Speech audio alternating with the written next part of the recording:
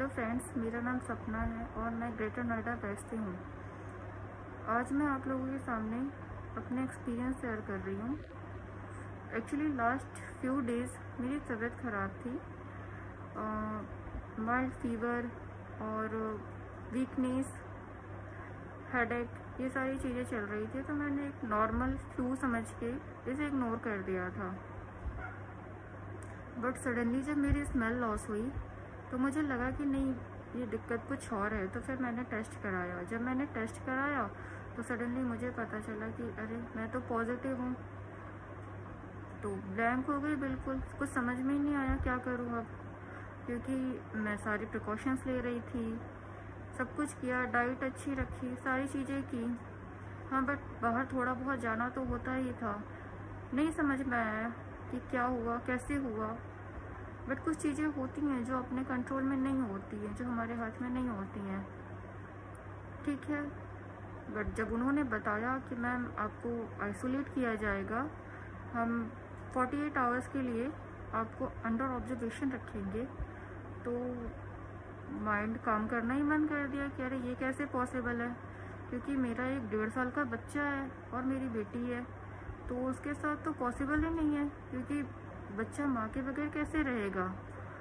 और वैसे तो चलो ठीक है कि किसी तरह हम रह भी सकते हैं, बट कुछ चीज़ें होती हैं जो एक माँ ही कर सकती है।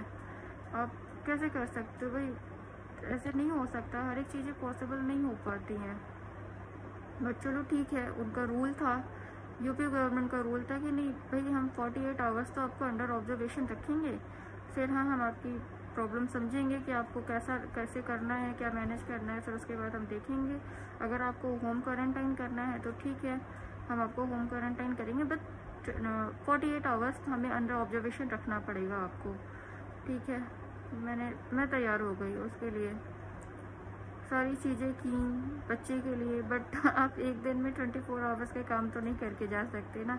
कुछ चीज़ें होती हैं बच्चों की, भाई आप एक बार में एक ही बार का खाना खिला पाओगे। और मेरे बच्चे के साथ थोड़ी प्रॉब्लम है कि वो खाना सिर्फ मम्मा के हाथ से ही खाता है, और नहीं, पापा से तो खेलेगा कूदेगा सब कुछ करेगा, बट खाना के लिए और सोने के लिए तो मम्मा ही चाहिए। तो फिर मैंने कोशिश किया, उसको खाना पीना खिलाया, और जब वो सो रहा था, लकीली उसी टाइम एम्बुलेंस आई थी। अच्छा हुआ वो एम्बुलेंस उसी टाइम आई थी, क्योंकि वो जगता रहता तो मैं भी नहीं जा पाती, और वो भी देख के रोता तो मुझे थोड़ा और अच्छा नहीं लगता। तो जब वो सो रहा था तो मैं चली गई फिर। लेकिन एक होता है ना, जब वहाँ पे थी आइसोलेशन वार्ड में, तो होता है ना कि मन नहीं लग रहा था मेरा भी, बच्चे की याद आ रही थी, घर की याद आ रही थी, लगता था ना कि अरे कैसे होंगे सब, क्या कर रहे होंगे। तब बिल्कुल भी ये ख्याल नहीं आ रहा था कि अरे मैं पॉजिटिव हो गई, अब क्या होगा। बट होता है ना कि फैमिली से दूर रहो तो फैमिली से काफ़ी ज़्यादा अटैचमेंट रहती है ना, तो बार बार बस बच्चे का ख्याल बच्चे का ही ख्याल आ रहा था। एक्चुअली बेटी बड़ी है, वो समझ जाती है चीज़ें, वो भी बहुत इमोशनल है। तो जब मैं आ रही थी तो वो काफ़ी ज़्यादा रो भी रही थी कि मम्मा आप मत जाओ, हम यहाँ पे केयर करेंगे आपकी, हम आपकी केयर करेंगे, आप अकेले रह लेना, हम लोग सब लोग अच्छे से अपनी केयर करेंगे। बट एक्चुअली कुछ चीज़ें बच्चों के लिए ही इंसान सब कुछ करता है ना। तो यही सोच के मैंने भी किया था कि चलो ठीक है, 2 दिन ऑब्जर्वेशन में रखेंगे वो, तो इन्हें भी थोड़ा रहेगा कि हमें मतलब 2 दिन मैं इनसे दूर रहूँगी, क्योंकि एक तो जब आपको पता चल जाता है आप पॉजिटिव हो ना, तो अंदर से वैसे ही थोड़ा सा अलग सा लगता है कि अरे यार ये क्या हो गया, कैसे हो गया।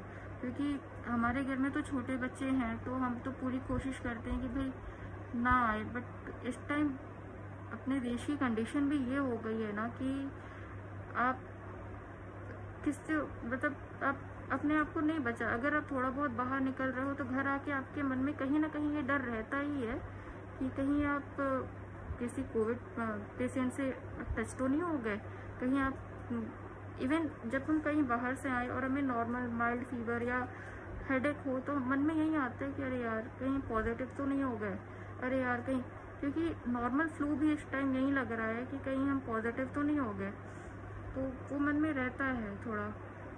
बट जब थी मैं आइसोलेशन वार्ड में, तो लगता था थोड़ा, बच्चे का भी लगता था, हस्बैंड का भी लगता था, ये कैसे मैनेज कर रहे होंगे, क्या कर रहे होंगे। बट ठीक है, 24 आवर्स निकल गए। तो एक्चुअली वहाँ की जो चीज़ें थी कुछ ना, हाइजीन और ये सब लेकर ना, तो थोड़ा सा मैं थोड़ी कंफर्टेबल नहीं थी।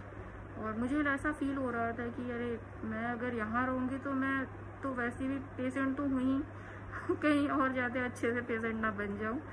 तो फिर मैंने बात किया तो उन्होंने कहा कि नहीं, आप 24 आवर्स हो चुके हैं। मुझे बेसिकली उन्हें मेडिसिन के साइड इफ़ेक्ट्स देखने थे कि कोई साइड इफ़ेक्ट है या नहीं। तो फिर उन्होंने डिस्चार्ज कर दिया था। तो जब डिस्चार्ज किया तो उन्होंने प्रॉपर एक गाइडलाइंस बनाई थी कि आपको ये चीज़ फॉलो करनी है। आपके पास ऑक्सीजन मीटर प्लस थर्मामीटर और कुछ चीज़ें अवेलेबल होनी चाहिए, केयर टेकर होना चाहिए आपके पास। तो ये चीज़ें आपके पास होनी चाहिए क्योंकि आप एक पेशेंट हो और आपके लिए स्पेशली एक अलग रूम होना चाहिए, ऐसा रूम जिसमें अटैच टॉयलेट बाथरूम हो।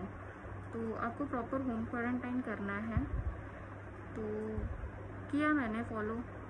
तो जब मैं घर आई तो मैंने भी प्रॉपर जो उन्होंने गाइडलाइंस दी थी मैंने उसके अकॉर्डिंग काम किया, सब कुछ किया। मैं फाइनली अभी एक रूम में हूँ।